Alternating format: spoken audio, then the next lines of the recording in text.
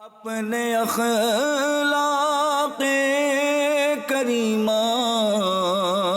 سے مجھے ایک ذرہ ہی عنایت کیجئے۔ الحمدللہ رب العالمین والصلاة والسلام علی سید المرسلین، اما بعد فاعوذ باللہ من الشیطان الرجیم، بسم اللہ الرحمن الرحیم۔ الصلاة والسلام علیکہ یا رسول اللہ وعلی آلکہ واصحابکہ یا حبیب اللہ۔ الصلاة والسلام علیکہ یا نبی اللہ وعلی آلکہ واصحابکہ یا نور اللہ۔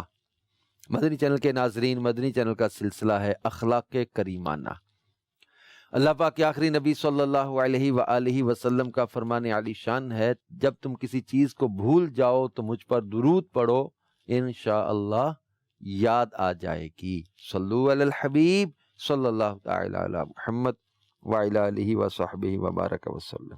مدنی چینل کے ناظرین، اللہ پاک کے آخری نبی صلی اللہ علیہ وآلہ وسلم کے عمدہ اخلاق، جس کا ذکر قرآن پاک میں اللہ پاک نے اس شان کے ساتھ کیا کہ فرمایا نون والقلم وما یسطرون ما انت بنعمت ربک بمجنون وان لک لاجرا غیر ممنون وانک لعلی خلق عظیم، جن کے عمدہ اخلاق کو قرآن نے بیان کیا۔ سید اعلیٰ حضرت امام اہل سنت فرماتے نا، تیرے خلق کو حق نے عظیم کہا، تیری خلق کو حق نے جمیل کیا، کوئی تجھ سا ہوا ہے نہ ہوگا شہا، تیرے خالق حسن و ادا کی قسم۔ ہمارے پیارے آقا صلی اللہ علیہ وآلہ وسلم جو اللہ کے آخری نبی ہیں، ان کی سیرت میں یتیموں کی مدد کرنا، غریبوں کی مدد کرنا، مریضوں کی عیادت کرنا، دلجوئی کرنا، لوگوں کے دلوں میں خوشی داخل کرنا، پیارے آقا صلی اللہ علیہ وآلہ وسلم کے حسن اخلاق کے یہ پہلو ہیں۔ تو مریضوں کی عیادت، یہ کس قدر اللہ اور اس کے رسول کو یہ عمل پسند ہے، اور اسلام کا یہ حسن ہے کہ مریضوں کی عیادت کا ہمیں ذہن دیا گیا، مریضوں کی عیادت کا ہمیں جب وہ درس دیا گیا، مریضوں کی عیادت کا ہمارے لیے اجر رکھا گیا، ثواب رکھا گیا۔ حضرت سیدنا ابو ہریرہ رضی اللہ تعالی عنہ سے مروی ہے کہ اللہ کے آخری نبی صلی اللہ علیہ وآلہ وسلم نے فرمایا، اللہ پاک قیامت کے دن فرمائے گا، اے ابن آدم، میں بیمار ہوا، تو نے میری عیادت کیوں نہ کی؟ بندہ عرض کرے گا، اے اللہ، میں تیری عیادت کیسے کرتا، تو رب العالمین ہے۔ اللہ پاک فرمائے گا، کیا تو نہ جانتا تھا کہ میرا فلاں بندہ بیمار ہے، پھر بھی تو نے اس کی عیادت نہیں کی؟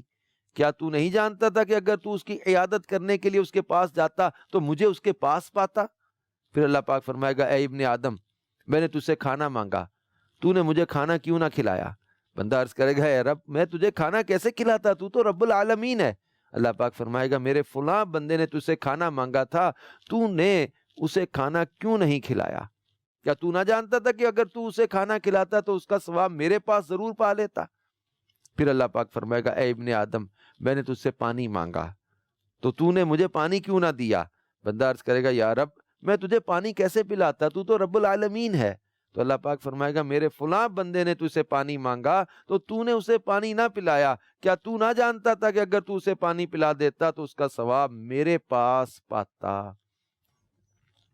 اس حدیث پاک میں، یہ مسلم شریف کی حدیث ہے، اللہ پاک جل شانہ قیامت کے دن بندے سے فرمائے گا، پانی کیوں نہیں پلایا فلاں بندے کو، کھانا کیوں نہیں کھلایا فلاں ضرورت مند کو، بیمار کی عیادت کیوں نہ کی؟ تو یہ اسلام کا حسن ہے، مریضوں کی عیادت، بھوکوں کو کھانا کھلانا، پیاسوں کو پانی پلانا، اس پر اجر بیان کیا گیا۔ ایک اور روایت حضرت ابو ہریرہ رضی اللہ تعالیٰ سے مروی ہے، سنن ابن ماجہ میں ہے، کہ اللہ کے آخری نبی صلی اللہ علیہ وآلہ وسلم نے فرمایا، جو شخص کسی مریض کی عیادت کرتا ہے تو ایک منادی آسمان سے ندا کرتا ہے، خوش ہو جا کہ تیرا یہ چلنا مبارک ہے اور تو نے جنت میں اپنا ٹھکانہ بنا لیا ہے۔ مریض کی عیادت کرنے چلا ہے کوئی، اس کو اعلان کیا جاتا ہے، منادی آسمان سے ندا دیتا ہے، آواز دیتا ہے، تیرا چلنا مبارک ہے، خوش ہو جا، اور تو نے اپنا جنت میں ٹھکانہ بنا لیا۔ یہ عیادت کرتا ہے کسی مریض کی. ایک روایت میں جب کوئی شخص اپنے بھائی کی عیادت کرنے یا اس سے ملنے کے لیے نکلتا ہے، عیادت سے مراد مریض کو پوچھنے جانا، اس کا حال احوال پوچھنا، خیر خیریت دریافت کرنا. تو جو کوئی کسی اپنے بھائی کی عیادت کرنے یا اسے ملنے کے لیے نکلتا ہے تو اللہ پاک فرماتا ہے خوش ہو جا کہ تیرا یہ چلنا مبارک ہے اور تو نے جنت میں اپنے لیے ایک ٹھکانہ بنا لیا ہے.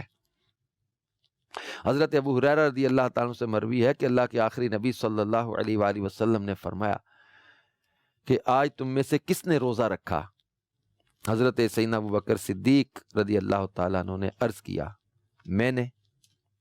پھر فرمایا کہ تم میں سے آج مسکین کو کس نے کھانا کھلایا؟ تو اسلام کے پہلے ہی خلیفہ حضرت سیدنا ابو بکر صدیق رضی اللہ تعالیٰ عنہ نے عرض کیا میں نے. پھر فرمایا کہ تم میں سے آج مریض کی عیادت کس نے کی؟ تو اسلام کے پہلے خلیفہ حضرت ابو بکر صدیق رضی اللہ تعالیٰ عنہ نے عرض کیا میں نے. پھر فرمایا کہ آج تم میں سے جنازے کے ساتھ کون گیا؟ حضرت سیدنا ابو بکر صدیق رضی اللہ تعالیٰ عنہ جو اسلام کے پہلے خلیفہ ہیں، انہوں نے عرض کیا میں. پھر رسول اللہ صلی اللہ علیہ وآلہ وسلم نے فرمایا جس شخص میں یہ 4 خصلتیں جمع ہو جائیں وہ جنت میں داخل ہوگا. کون سی 4 خصلتیں؟ پہلا، روزہ کس نے رکھا. دوسرا، مسکین کو کھانا کھلانا. تیسرا، مریض کی عیادت. چوتھا، جنازے میں شرکت. میں جس میں 4 خصلتیں جمع ہو جائیں وہ جنت میں داخل ہوگا. حضرت معاذ بن جبل رضی اللہ تعالیٰ عنہ سے مروی روایت ہے کہ اللہ کے آخری نبی صلی اللہ علیہ وآلہ وسلم نے فرمایا 5 عمل ایسے ہیں کہ جو کوئی ان میں سے ایک پر بھی عمل کرے گا وہ اللہ کے ذمہ کرم پر ہوگا. نمبر 1، جس نے مریض کی عیادت کی. نمبر 2، یا جنازے کے ساتھ چلا، یا غازی بن کر نکلا، یا حاکم اسلام کے پاس اس لیے آیا کہ اس کی عزت و توقیر کرے، یا اپنے گھر میں اس لیے بیٹھا رہا تاکہ لوگ اس کے شر سے محفوظ رہیں اور وہ لوگوں کے شر سے محفوظ رہے. حضرت ابو سعید خدری رضی اللہ تعالیٰ عنہ فرماتے ہیں کہ اللہ کے آخری نبی صلی اللہ علیہ وآلہ وسلم کو میں نے فرماتے ہوئے سنا کہ 5 اعمال ایسے ہیں جو انہیں ایک دن میں کرے گا اللہ پاک اسے جنتیوں میں لکھے گا. نمبر 1، مریض کی عیادت کرنا، جنازے میں حاضر ہونا، روزہ رکھنا، نماز جمعہ کے لیے جانا اور غلام آزاد کرنا. حضرت ابو سعید خدری رضی اللہ تعالی عنہ سے روایت ہے کہ اللہ کے آخری نبی صلی اللہ علیہ وآلہ وسلم نے فرمایا مریضوں کی عیادت کیا کرو اور جنازوں میں شرکت کیا کرو، یہ تمہیں آخرت کی یاد دلاتے رہیں گے. کہ مریضوں کی عیادت کرنا، جنازوں میں شرکت کرنا، اس سے انسان کو اپنی موت، قبر اور آخرت کی یاد بھی آتی ہے. کسی مریض کی عیادت کرنے جاتا ہے انسان، ایک تو اس کا اجر ہے، فضیلت ہے، ثواب بیان کیا گیا. دوسرا، انسان اپنی حالت پر بھی تو غور کرتا ہے کہ ایک دن مجھے بھی مرنا تو پڑے گا. موت تو اٹل حقیقت ہے، لیکن بعض اوقات انسان گناہوں میں پڑا ہوتا ہے، غفلت میں پڑا ہوتا ہے. کس لیے؟ یہ بھول جاتا ہے کہ مجھے مرنا بھی ہے. یہ بھول جاتا ہے کہ یہ صحت میری ایک دن ختم بھی ہو سکتی ہے اور ہونی ہے. یہ جوانی ختم ہونی ہے، یہ طاقت ختم ہونی ہے. یہ روب و دبدبا یہ سدا نہیں رہتا. یہ جوانی، جس کے شباب، جس کی جو ہے وہ جوش کے سبب کئی لوگ اللہ کی نافرمانی میں پڑے ہوتے ہیں، بھول جاتے ہیں، لوگوں پر ظلم کرتے ہیں، زیادتیاں کرتے ہیں اور بدکاریوں میں جا پڑتے ہیں. یہ صحت سدا نہیں رہنی.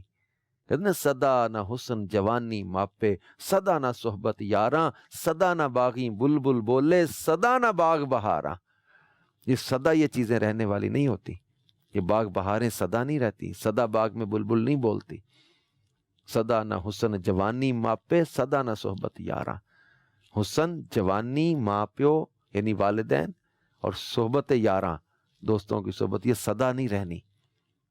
تو یہ مریضوں کی عیادت میں انسان کے لیے اس طرح غور و فکر کا بھی موقع ہوتا ہے کہ بندہ سوچے کہ میرے بھی اگر گردے ختم ہو گئے تو کیا بنے گا. کینسر کے مریضوں کو دیکھیں، ہیپاٹائٹس کے مریضوں کو دیکھیں، جگر کے مریضوں کو دیکھیں، گردے کے مریضوں کو دیکھیں، دل کے مریضوں کو دیکھیں. برن وارڈ میں کبھی جائیں تو عبرت ہے.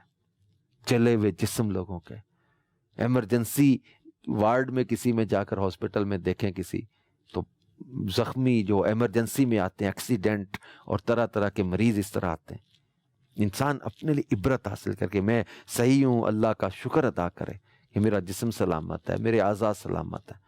ورنہ کسی کی ٹانگ کٹ گئی، کسی کا بازو کٹ گیا، کسی کے اعضاء کٹ گئے، کسی کا چہرہ جو ہے وہ زخمی ہے، کسی کے جناب سر کھلا ہوا پڑا ہے، کسی کا جسم جلا ہوا ہے، تو کوئی آپریشن تھیٹر کے مطلب ہے کہ وہ باہر نکلا تو اس کے اعضاء کاٹ دیے گئے. تو انسان اپنی حالت پر اپنے رب عز و جل کا شکر ادا کرے کہ مولا میرے اتنے گناہوں کے باوجود تو نے میرے جسم کو، میرے اعضاء کو مجھے سلامتی عطا کی ہے. اچھا، ہر ایک مریض ایسا نہیں ہوتا کہ یہ اس کے گناہوں کی سزا ہے. بعضوں پر آزمائش ہوتی ہے. اللہ کے نیک بندوں پر تو آزمائشیں آتی ہیں، ان کے درجات کی بلندی ہوتی ہے. تو مرض آ جانا یہ اس بات کا یہ ضروری نہیں کہ یہ بندہ کہے کہ عذاب ہی ہے. آزمائش بھی ہوتی ہے، درجات کی بلندی بھی ہوتی ہے. اللہ کے ہاں کسی کا مقدر ہوتا ہے درجہ، وہ اپنے عمل کے ذریعے نہیں پہنچ پاتا تو اس کو کسی آزمائش میں، تکلیف میں مبتلا کر کے اس درجے تک پہنچایا جاتا ہے. بلکہ مریضوں کی عیادت میں اپنے لیے انسان فکر آخرت سوچتا ہے کہ ایک دن مجھے مرنا بھی ہے، بستر مرگ پر بھی آنا ہے. اور پھر جنازوں میں شرکت، اس سے بھی موت کی یاد آتی ہے، آخرت کی یاد آتی ہے. انسان عبرت حاصل کر. مگر آج کا دور عجیب دور ہے. ہم نے تو ہاسپٹلز کے کینسر کے وارڈ میں بھی لوگوں کو موبائل پہ فلمیں دیکھتے ہوئے دیکھا کہ اب اس کے بعد اس بندے کو سوچے تو صحیح کہ مطلب میں ایسے مرض میں مبتلا ہوں جس کا نام لے تو خوف آتا ہے. اس کا نام سن کے مریض کو بتا دیا جائے کہ تمہیں کینسر کی لاسٹ سٹیج ہے تو مریض ویسے ہی مطلب ہے کہ نفسیاتی طور پہ اپنے آپ کو ڈیڈ سمجھنے لگ جاتا ہے کہ ہاں میں گیا. لیکن غفلت کا یہ عالم، ہم لوگ وہ کتابوں میں پڑھتے تھے نا کہ قیامت ایسے لوگوں پر قائم ہوگی کہ وہ لوگ غفلتوں میں پڑے ہوں گے، رات عیاشی میں گزاریں گے تو لوگ یوں پڑے ہوں گے، لوگ غفلت میں ہوں گے. سوچتے تھے کہ ان قیامت کی نشانیاں دیکھنے کے بعد بھی لوگ غفلتوں میں پڑے ہوئے ہوں گے. اس کے بعد تو نظر آ رہا ہے کہ اب قیامت آنے والی، لیکن اس کے باوجود لوگ نشانیاں دیکھ کے بھی غفلت میں کیسے پڑے ہوں گے. اب یہ چیزیں محسوس ہوتی ہیں کہ لوگ بستر مرگ پر بھی غفلتوں میں پڑے ہوتے ہیں، فلموں میں، گانوں میں، موبائل پہ گانے لگے ہوئے سن رہے ہیں. مطلب مرنا ہی بھول گیا لوگوں کو. جنازے میں شرکت کرتے ہیں، جنازے میں شرکت کر کے آتے ہیں، مال میں ملاوٹ بھی کرتے ہیں، دھوکہ بھی دے رہے ہوتے ہیں، ہیرا پھیری بھی کر رہے ہوئے، وہی دکان پہ آپ جھوٹ بھی بولتے ہیں، زیادتیاں بھی کرتے ہیں، حق تلفیاں بھی کرتے ہیں، لوگوں کے ساتھ ہیرا پھیری بھی کرتے ہیں، 2 نمبری بھی کرتے ہیں. نہیں، غفلت کا وہ عالم آ گیا. وہ قرآن پاک میں فرمایا نا اللہ پاک نے، الہاکم التکاثر حتی زرتم المقابر. یہ مال کی زیادہ طلبی نے تمہیں اتنا غافل کیے رکھا کہ تم نے قبروں کا منہ دیکھ لیا. تو یہ چیزیں آج کے دور میں بہت زیادہ ہم جو کہتے ہیں نا غفلت میں پڑے ہوئے ہیں. تو اب تو اور زیادہ ضرورت ہے کہ ہم عبرت حاصل کریں، قبرستان جائیں، قبروں کی زیارت کریں، جنازوں میں شرکت کریں، مریضوں کی عیادت کریں، تاکہ انسان غفلت سے نکلے. اللہ پاک فرماتا ہے یا ایھا الانسان ما غرک بربک الکریم.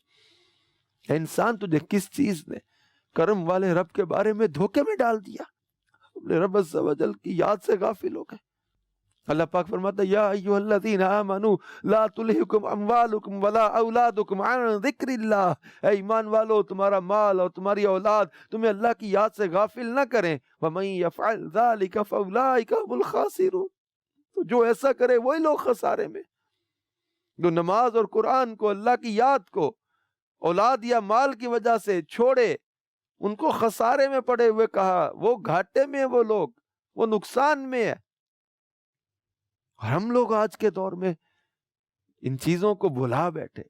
اور یہ حسن اخلاق میں سے ہے مریضوں کی عیادت کرنا، جنازوں میں شرکت کرنا، لوگوں کی مدد کرنا، لوگوں کے کام آنا. حضرت سیدنا عبد الرحمن بن عمرو اور عبداللہ رضی اللہ تعالی عنہما سے روایت ہے کہ شہنشاہ مدینہ صلی اللہ علیہ وآلہ وسلم نے فرمایا، جو اپنے کسی مسلمان بھائی کی حاجت روائی کے لیے جاتا ہے، اللہ پاک اس پر 75,000 75,000 ملائکہ یعنی فرشتوں کے ذریعے سایہ فرماتا ہے، وہ فرشتے اس کے لیے دعا کرتے ہیں اور وہ فارغ ہونے تک رحمت میں غوطہ زن رہتا ہے، اور جب وہ اس کام سے فارغ ہو جاتا ہے تو اللہ پاک اس کے لیے ایک حج اور ایک عمرے کا ثواب لکھتا ہے۔ اور جس نے مریض کی عیادت کی، اللہ پاک 75,000 ملائکہ کے ذریعے اس پر سایہ فرمائے گا، اور گھر واپس آنے تک اس کے ہر قدم اٹھانے پر اس کے لیے ایک نیکی لکھی جائے گی، اور اس کے ہر قدم رکھنے پر اس کا ایک گناہ مٹا دیا جائے گا اور ایک درجہ بلند کیا جائے گا۔ جب وہ مریض کے ساتھ بیٹھے گا تو رحمت اسے ڈھانپ لے گی، اور اپنے گھر واپس آنے تک رحمت اسے ڈھانپے رکھے گی۔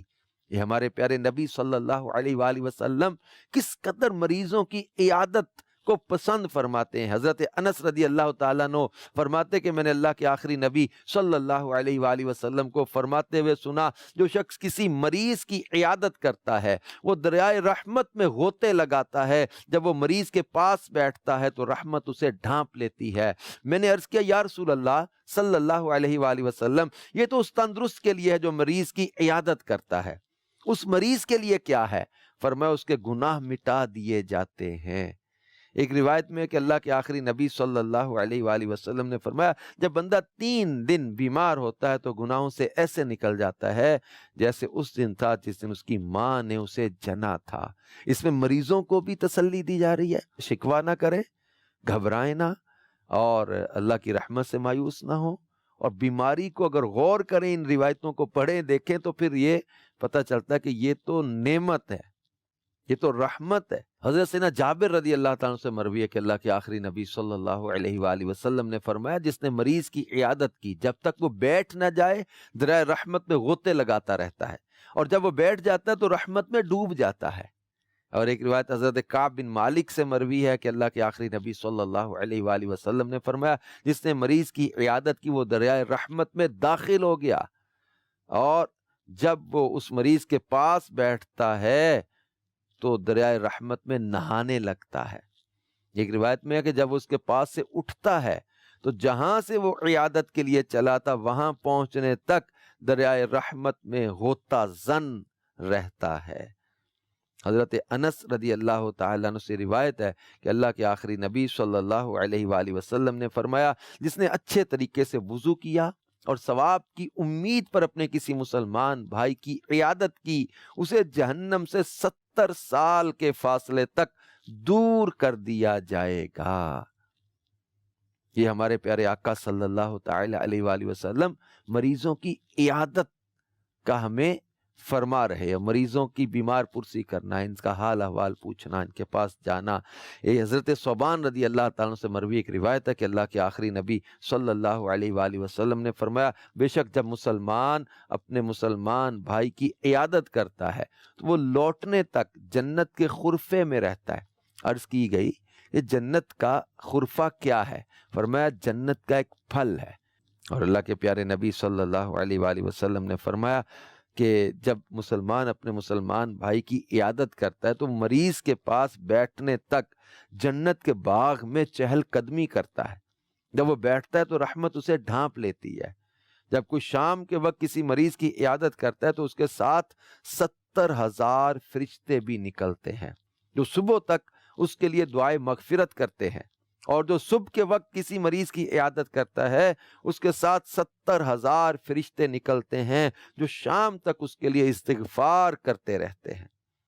جب ایک روایت میں کہ میں نے اللہ کے آخری نبی صلی اللہ علیہ وآلہ وسلم کو فرماتے ہوئے سنا جو مسلمان صبح کو کسی مسلمان کی عیادت کو نکلتا ہے شام تک 70,000 فرشتے اس کے لیے استغفار کرتے رہتے ہیں، اور جو شام کو مریض کی عیادت کرنے نکلتا ہے صبح تک 70,000 فرشتے اس کے لیے استغفار کرتے ہیں، اور اس کے لیے جنت میں ایک باغ لگا دیا جاتا ہے۔ کتنی فضیلت مریضوں کی عیادت کرنے کی بیان کی گئی ہے۔ دعوت اسلامی کے دینی ماحول میں امیر علیہ سنت مولانا محمد الیاس قادری صاحب کتنا ہمیں اس کا ذہن دیتے ہیں، ترغیب دلاتے ہیں۔ ہمارے نیک اعمال میں یہ شامل ہے مریض کی عیادت کرنا۔